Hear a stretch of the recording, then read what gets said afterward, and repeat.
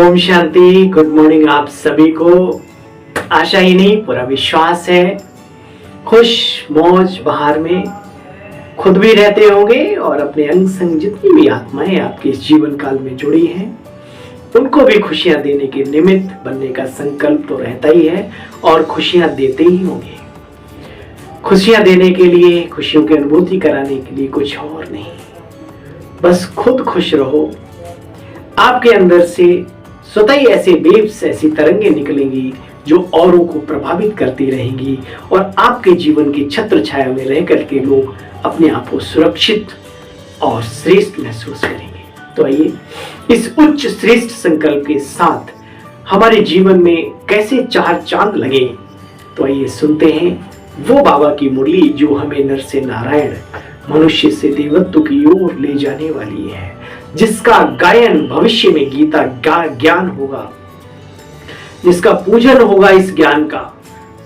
भगवान वाच कह करके लोग भले स्वरूप भूल जाएंगे इस स्थूल रूप में, लेकिन यही वो महावाक्य हैं जिनको फिर गीता के नाम से गायन और पूजन किया जाएगा। हम इस सत्य को समझते भी हैं, जानते भी हैं, तो इतनी मूल्यवान बाबा की वाणी को सुनते हैं। हम सब भी मूल्यवान हैं और जो चीज सुनते हैं, जैसे आप कोई भोजन करते हो, कोई भी चीज, आपको डॉक्टर ने बोला सुबह सुबह ज्यादा नहीं, आधा पीस खीरा खा लिया करो।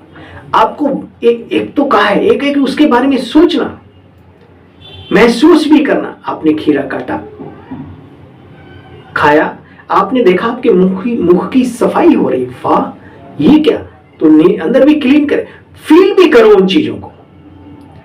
ऐसे बहुत सारी चीजें, भाई सुबह सुबह ये फ्रूट खाओ, ये खाओ, फिर भोजन ये करो, इस टाइप का करो, फाइबर युक्त करो, मतलब ऐसा कुछ ना करो जो आपके शरीर को कष्ट हो। तो वैल्यू, महत्तम, जैसे गीता में या अन्य जो होते हैं, तो हर पाठ के साथ एक कहानी जुड़ी होती है, उसको कहते हैं महत्तम।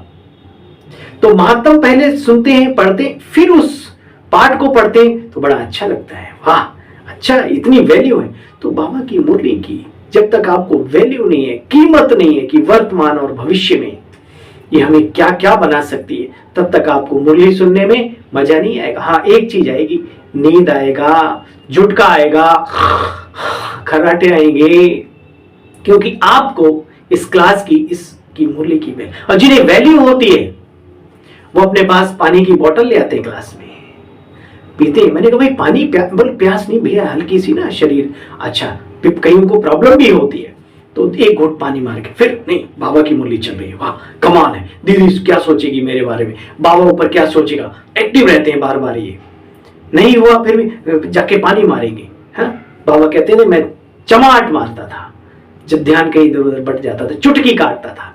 तो ये क्लास बहुत इंपॉर्टेंट है, इसको उतनी ही इंपॉर्टेंस दो जितनी ये है।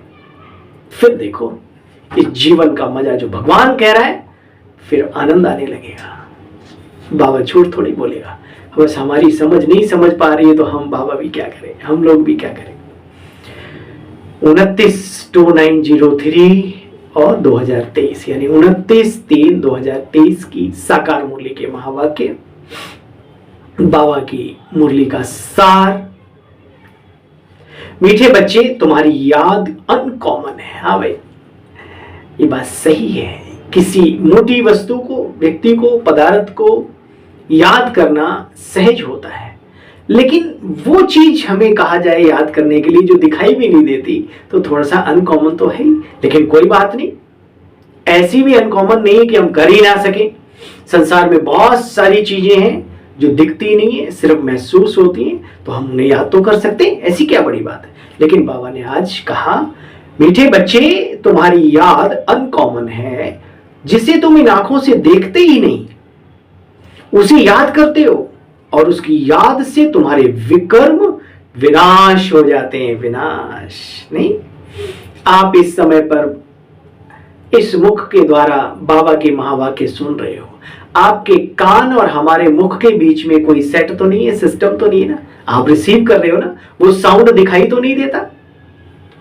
ऐसे ही महसूस किया करो, बाबा की किरणें हमारे ऊपर आ रही हैं, हम फील करते हैं, अपने को शक्तिशाली महसूस करते हैं, फ्रेश महसूस करते हैं, विकर्मों को दग्ध होते हुए अपने को हल्का महसूस करते हैं। तो भले नहीं दिखाई देता तो क्या हुआ, है ना कनेक्टिविटी। बहुत सारी चीजों का उदाहरण अपने जीवन में आप ले सकते हो, ताकि आपको निश्चय के साथ पुरुषार्थ करने का मौका मिले। किस आदत को एक बार और सुनते हैं। मीठे बच्चे, तुम्हारी याद अनकॉमन है। जिसे तुम इन आंखों से नहीं देखते उसे याद करते हो, और उसकी याद से तुम्हारे विकर्म विनाश होते हैं। प्रश्न आज का, किस एक आदत का त्याग करो तो सब गुण स्वतः ही आ जाएंगे। एक आदत, सिर्फ एक आदत। एक आदत वो कौन सी है, सुनो। आधा कल्प से देह अभिमान में आने की जो आदत पक्की हो गई है, बच्चे अब इसका त्याग करो। शिव बाबा जो मोस्ट विलवेड है उसे याद करो। कोई भी देहधारी बच्चे याद ना रहे तो सारी क्वालिफिकेशन आ जाएगी, डिफेक्ट समाप्त हो जाएंगे, आत्मा पवित्रता का सागर बन जाएगी, खुशी का पारा चढ़ा रहेगा, सब गुण आते जाएंगे। कड़ी से कड़ी जुड़ी एक जंजीर बनी, ये सारे गुण एक साथ जुड़े हुए हैं। जब आप सहन करते हो तो शीतलता अपने आप आती है, हर्षित मुक्ता अपने आप रहती है जीवन में। तो एक चीज को बाबा ने कहा, त्याग दो देह अभिमान को, ये सारे गुण अपने आप आ जाएंगे, लाने की आवश्यकता नहीं। गीत बजा है ओम नमो शिवाय नमः। ओम शांति। बच्चों ने अपने बेहद के बाप की महिमा सुनी और बच्चों के आगे वह बेहद का बाप सन्मुख बैठा है। उस समय पे बाबा मुरली सुना रहे थे। अभी भी हम ऐसा महसूस करके चलें कि ये ईश्वरीय महावाक्य डायरेक्ट हमारे लिए है। सुनाने वाला कोई भी हो सकता है, वो उसको मत देखो, उसकी कमियां, उसकी कमजोरियां, उसकी विशेषताएं वो उसके अपने लिए हैं। आप डायरेक्ट अपने लिए महसूस करो, बाबा ने ये महावाक्य हमारे लिए उच्चारित किए हैं। हम बदलेंगे तो हमारा ये जग, ये परिवर्तन होगा। ये सोच, विचार, शरीर, ये इंद्रियां, ये सब कुछ, और भविष्य का भी जग। हम इस जग की बात करते हैं, वो तो होगा ही होगा, लेकिन पहले हम बदलेंगे, जग बदलेगा। आत्मा, हमें खुद को चेंज करना है। बाबा कहते हैं, बच्चे देखो, बेहद का बाप सन्मुख बैठा है। हर एक बच्चे की बुद्धि में जरूर जरूर जरूर आना चाहिए कि हम उस शिव बाबा की मुरली सुन रहे हैं, जिसकी महिमा है, उसके सन्मुख बैठे हैं, 21 जन्मों का वर्षा ले रहे हैं। ये याद आने से खुशी का पारा चढ़ जाता है बच्चे। ऐसे नहीं जिस समय सामने सुनते हो उस समय बच्चे याद में रहो, फिर बच्चे भूल जाओ। छी छी छी, नहीं। बाबा कहते नहीं बच्चे, भूलना तो कभी नहीं चाहिए, निरंतर शक्ति का एहसास करना है। मिसाल के तौर पे भाई, माना कि आप चार्जेबल बल्ब हो, लेकिन उसकी भी एक लिमिट है। इसलिए जो समझदार होते हैं वो क्या करते हैं, लाइट से कनेक्ट ही रखते हैं, हमेशा चार्जिंग में लगा के रखते हैं। लाइट गई, बल्ब जल गया, फिर कम ना हो जाए उसके लिए बाबा के साथ हमेशा कनेक्ट रहो, बाबा की बातों के साथ, बाबा के बताए हुए लक्ष्य के साथ। इस ज्ञान में बच्चे सबसे पहले मुख्य है पवित्रता। उसका नशा भी, पवित्र तो है हम सब, नो डाउट, लेकिन पवित्र जीवन जीने का जज्बा और पवित्र जीवन जो जी रहे हैं उनके अंदर पवित्रता का नशा जब तक नहीं आता तब तक पवित्रता का आनंद मिलता नहीं। मरे मुर्दे जैसे नजर आते रहते हैं। लोगों को भी लगता है कहीं जबरदस्ती तो नहीं रह रही पवित्र, नहीं। वो खुशनुमाइयत, वो रूहानियत, वो जज्बा, वो नशा रहना चाहिए। अहंकार नहीं, महात्माओं जैसे, सन्यासियों जैसे या आम लोगों जैसे अहंकार नहीं, लेकिन निर्विकारिता, निरअहंकारिता के साथ जब मिल जाती है, अरे फिर कहने ही क्या। जितना याद करेंगे बुद्धि पवित्र होती जाएगी। ऐसे मत समझना हम तो है ही बाबा के बच्चे। बच्चे तो क्या हुआ, याद नहीं करेंगे तो तुम्हारे विक्रम कैसे विनाश होंगे। बहुत बच्चे समझते हैं हम तो है ही बाबा के, बिल्कुल बाबा को याद नहीं करते। भाई ये गलत बात है। चाहिए नारायण जी का वो सीट सिंहासन, अब करना कुछ नहीं है। तो ऐसा ये हमारा जो शिवाचार्य है ना, ऐसा नहीं होने देगा। ये द्रोणाचार्य नहीं है जो कहेंगे भाई तुम जाओ और अर्जुन जी इधर बैठो। ये शिवाचार्य है जो करेगा उसी को कहेगा बच्चे तुम आओ इधर, काबिल तुम हो। और उनसे कहेगा बड़ी सारी रोटियां तोड़ी हैं, बहुत सारा वेट बढ़ाया है, थोड़ा सा साइड बैठो। हाँ, तुम याद रखना ईश्वरीय सत्ता का सिस्टम बहुत गजब है, इसलिए जितनी भी अपने ऊपर मेहनत कर सको जरूर करो। बाबा कहते हैं बच्चे जानते हो शिव बाबा आया हुआ है, स्वर्ग का रचयिता आएगा तो क्या लाएगा बच्चों के लिए? स्वर्ग की सौगात लेके आए। पहले तो जरूर रचयिता शिव बाबा आया होगा, तभी स्वर्ग की रचना रची होगी। उसके बाद फिर राम राज्य चला। अब तुम सतयुग त्रेता में राज्य करने के लिए बाबा से वर्षा ले रहे हो, शक्तियां ले रहे हो, गुण धारण कर रहे हो। ये बुद्धि में चलना चाहिए। परमपिता परमात्मा शिव बाबा एक ही बार संगम पर आते हैं पूरे कल्प में। बेहद के बाप को याद तो सभी करते हैं। ये ज्ञान तुम बच्चों की बुद्धि में टपकता रहना चाहिए, बूंद बूंद बूंद बूंद बूंद आता रहना चाहिए। आएगा उन्हीं के ऊपर जिन्होंने अपना खोपड़ी उस ज्ञान सागर के नीचे कर रखी होगी। सरी हटा लेंगे तो फिर बाबा क्या, कैसे वो बूंद बूंद डालेगा बताओ? इसलिए बाबा कहते ये ज्ञान सारा बुद्धि में टपकना चाहिए। फायदा क्या होगा इससे? बच्चे खुशी का पारा चढ़ा रहेगा। कोई को भी समझाना बहुत सहज है, पहले खुद समझो फिर दूसरों को समझाने के निमित्त बनो। बच्चे जानते हो सतयुग में श्री लक्ष्मी श्री नारायण का राज्य था, जिसको ही हेवन स्वर्ग कहा जाता था। बाप ही स्थापन करते हैं। पति दुनिया में आए तब तो पावन बनाए ना बच्चे, यह भी याद रहना चाहिए। हम उस बाप से बेहद का वर्षा ले रहे हैं, श्रीमत पर चलकर धारणा कर रहे हैं। श्रीमत पर, बाबा के कहने पर। यह कभी नहीं भूलना चाहिए। बरोबर शिव बाबा कल पहले भी आया था, जिसका यादगार भी है। महाशिव जयंती मनाते ना हम सभी। और उसको क्या कहते हैं? खुदा स्वयंभू। वो स्वयं ही आता, खुद आता है, स्वयं भूमि पर आता है, अवतरित होता है वो। तो बच्चे फिर से आया हुआ है, उनका यादगार भी बना हुआ है। बच्चे ये बातें कभी भूलनी नहीं चाहिए। शिव बाबा तुम बच्चों को प्रैक्टिकल में पढ़ा रहे हैं। ऐसी वंडरफुल पाठशाला है जहां स्वयं, परसों की याद है, भगवान पढ़ाते हैं। भगवान कोई स्कूल में ऐसे नहीं कहेंगे कि तुम्हारी आत्मा पढ़ती है, भगवान पढ़ाते हैं। आत्मा में संस्कार रहते हैं सारे, ये मनुष्य भूल जाते हैं। निराकार बाप इन द्वारा फिर आकर के समझाते हैं बच्चे आत्मा का सारा खेल क्या क्या चलता है, सृष्टि चक्र क्या है, आदि आदि। उनका एक नाम है क्या? शिव। और बाकी नाम गुणवाचक और कर्तव्यवाचक नाम है सारे। तुम भी कहते हो शिव बाबा, तो जब दिल से निकलता है बाबा तो बुद्धि कहां चली जाती है? परम धाम, उसके स्वरूप पर टिक जाती है। बाप है ज्ञान का सागर, पवित्रता का सागर, शक्तियों का अखुट भंडार। बच्चों को आप समान आकर के बनाते हैं तो सब गुण होने चाहिए ना।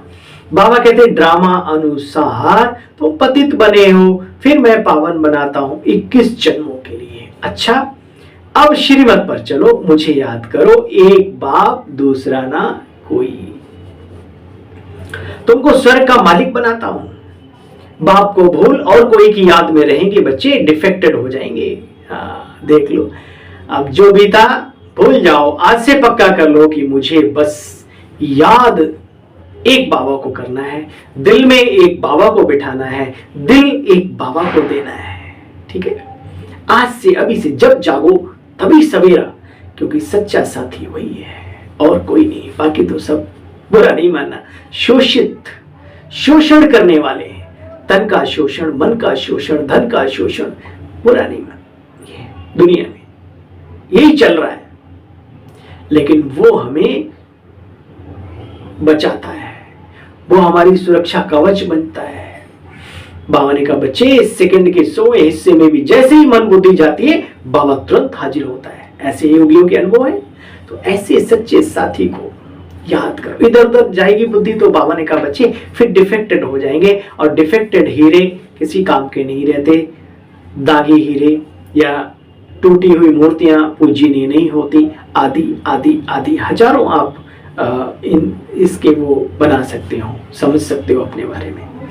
बाबा कहते हैं बच्चे डिफेक्टेड हो जाएंगे अगर किसी और को याद करेंगे तो। शिव बाबा है मोस्ट विलवेड, सबसे प्यारा बाप है बच्चे। तुम्हारा नाम भी गाया हुआ है, वंदे मातरम। कई लोग सोचते धरती माँ तो है ही है, लेकिन इस भारत के अंदर जो मातृ शक्ति है, वो माताएं जिन्होंने अपना जीवन उस शिव पर कुर्बान कर दिया, समाज की सेवा में पूरा जीवन लगा दिया, वो हैं वंदे मातरम गायन योगी। बाबा कहते हैं बच्चे देखो, गाया भी हुआ है वंदे मातरम, तुम्हारी आत्मा पवित्र बनती है, तुम पवित्र भारत को स्वर्ग बनाते हो, तुम्हारा नाम बाला होता है। फिर शिव शक्ति पांडव सेना, तुम पांडव भी हो क्योंकि परम धाम की यात्रा पर और युद्ध के मैदान में खड़े हो माया पर जीत पाने के लिए। बच्चे जानते हैं हमको बाप के जैसा मास्टर ज्ञान का सागर, पवित्रता का सागर बनना ही बनना है। अच्छा, देह का अहंकार अब टूट जाना चाहिए। मैं पुत्रवान, मैं धनवान, मैं रूपवान, मैं बुद्धिमान, ये जो ना बान ऐसा कर देंगे, बना देंगे बान। माया तुम्हें फिर ना चारपाई में पिरोई जाओगे, कहीं के नहीं रहोगे। इसलिए ये सारे बान छोड़ो, मैं बाबा का बच्चा, मास्टर, सर्वशक्तिमान। ठीक है। बाबा कहते हैं देखो बच्चे, देह का अहंकार टूट जाना चाहिए। जन्म जन्म देह धारण की है ना बच्चे, आदत पक्की हो गई है। अरे ऐसी तैसी आदत की पक्की, उसमें तेल पानी डाल के मार के थोड़ा तोड़ो उसको, है ज्यादा जंग लग जाता है तो कैसे नट को खोला जाता है जानते तो सभी हो। तो ये जो देह अभिमान बुद्धि में जम गया है, इसको ज्ञान के हथौड़े मार मार के, है ना, विवेक का है उसमें थोड़ा कभी तेल वेल भी डाल दो, खटखट कैसे करना है वो आप जानते हो। अपने आप को कैसे ठीक करना है आप सबसे ज्यादा अच्छी तरीके से आप खुद को जानते हो। बस बाबा ने कई बार कहा बच्चे अच्छा बनाना है, मनुष्य से देवत्व की ओर जाना है। ये जो बाबा की मुरली है, बाबा का साथ है, ये हमें ताकत देता है इस कार्य में। बस बाबा कहते बच्चे जन्म जन्मांतर देह धारण किए तो वो आदत पक्की हो गई है। बस इस आदत का त्याग चाहिए बच्चे, त्याग नहीं तो सतयुग त्याग हो जाएगा। बाबा के ख्यालात चलते हैं, मनुष्यों को भीति देने के लिए बोर्ड लगाना चाहिए। भाई कैसे परिचय दें, कैसे उनको समझाएं। सिर्फ चित्र देखकर मनुष्य मूझते हैं। समझो शिव बाबा का चित्र देखते हैं, नीचे लिख देते deity world sovereignty is your god fatherly birth right. ईश्वरीय जन्म सिद्ध अधिकार है सतयुगी संसार आप सभी का। मनुष्य चित्र देखकर कहेंगे भगवान ऐसे थोड़ी ना होता है, हा? बिंदु बिंदु बस बात कर रहे हो तो क्या होता है फिर बताओ। अगर भगवान ऐसा नहीं होता तो कैसा होता है, हम ही पूछते हैं।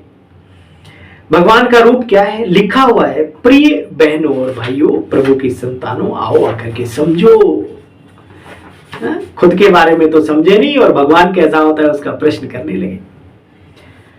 बेहद के बाप से 21 जन्म सुख का वर्षा लेने का बच्चे पुरुषार्थ करो। अच्छा, अभी तुम हो रूहानी पंडे, वो होते जिस्मानी देहधारी पंडे, और हम सब क्या है रूहानी पंडे। अपने को विदेही आत्मा देह से अलग समझते हो, जानते हो बाप वो जिसको कहा गया है कालों का काल, महाकाल, वो है हमारा बाप। बड़ा सुंदर स्लोगन याद आया, कहो तो बोल दो। बाबा ने कल कहा था बच्चे परसों, निडरता, निर्भय रहना है, निडर रहना है, घबराना नहीं है।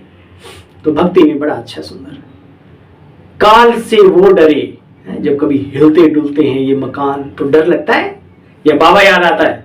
जाना तो सभी को है, डर के मरो या खुशी खुशी जाओ, अपने ऊपर डिपेंड करता है।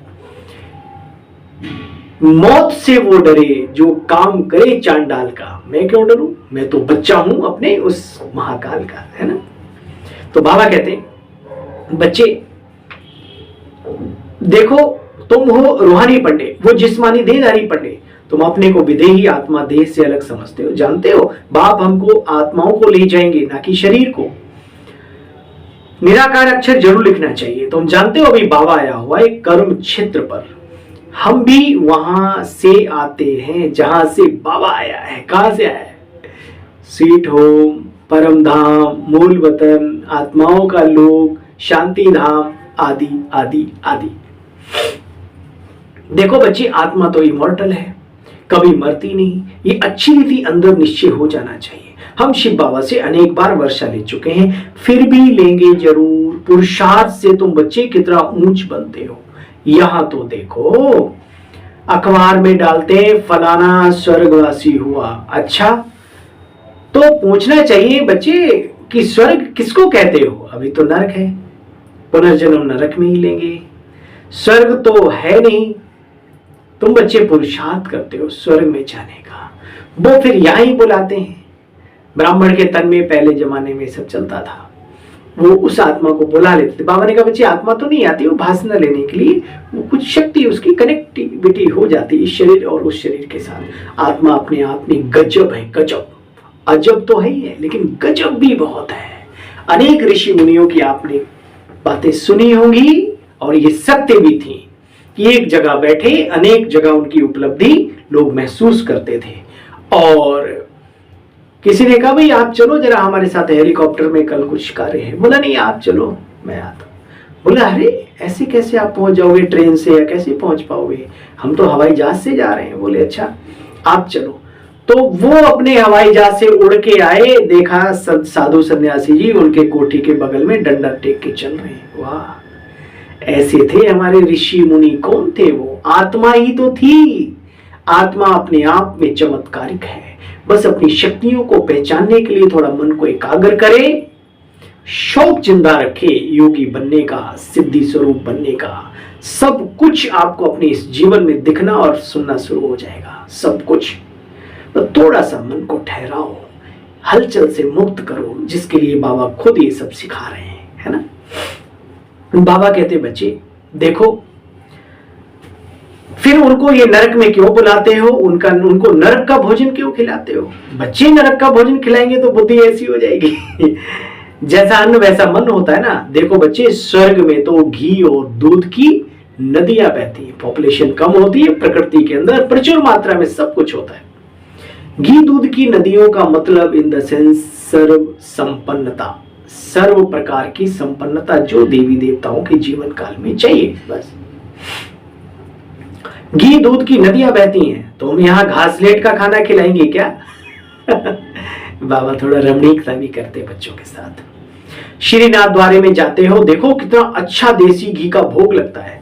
वहां राधे कृष्ण का चित्र है, शहनाइयां बजती हैं, पट खुलते हैं, फिर भोग लगता है। आंखों ने देखा, बाबा ने सौभाग्य दिया मुझे। आप सभी कभी मौका मिले देखना, बाबा की एक एक बात को महसूस करना वहां पर। वो ये दुनिया भी भाई क्या है, ये है वो, इन चीजों में नहीं, बाबा की बातों को जब महसूस करोगे, आज भी जो भोग बनता है वहां पर ठाकुर जी के लिए, वो चक्की है वहां, उससे पीसा जाता है, चांदी की शायद सोने की रखी है, हमने देखी वहां पे। और कहते हैं वहां देसी घी के कुएं, तो कुएं मीन्स पहले जो देसी घी हुआ करता था मंदिर के लिए लोग भेजते थे मटके में, घड़े में भर भर के, तो वो कुओं में इकट्ठा किया जाता। आजकल बंद है, सब कनस्तरों में आता है देसी घी, लेकिन आज भी। तो बाबा कहते हैं बच्चे, सतयुग में कैसा होगा जिसका गायन भक्ति मार्ग में देखो कितना सिस्टमेटिक है। बाबा कहते हैं बच्चे देखो कि श्रीनाथ द्वारे में जाते हैं, कितने अच्छे देसी घी का भोग लगता है। वहां राधे कृष्ण का चित्र है, अच्छे अच्छे वैभव बना करके खिलाते हैं। लड्डू कितना बड़ा वैभव बनाकर खिलाते हैं। ऐसा भोग और कहीं लगता नहीं। जगतनाथ का भी मंदिर है, वहां चावल का भोग लगाते हैं बच्चे, वैभव नहीं चढ़ाते। भाई एरिया का भी हिसाब किताब है। तो बाबा कहते हैं, हालांकि आध्यात्मिकता भी इसमें बहुत गहरी है कि कहां तो सतयुग में कितना ऊंच, और जन्म लेते लेते फिर कलयुग में अच्छा मीठे मीठे स्किल बच्चों प्रति माता पिता बाप दादा का याद प्यार और गुड मॉर्निंग। रूहानी बाप की रूहानी बच्चों को नमस्ते। बोलो भाई बाबा आपको भी नमस्ते नमस्ते नमस्ते।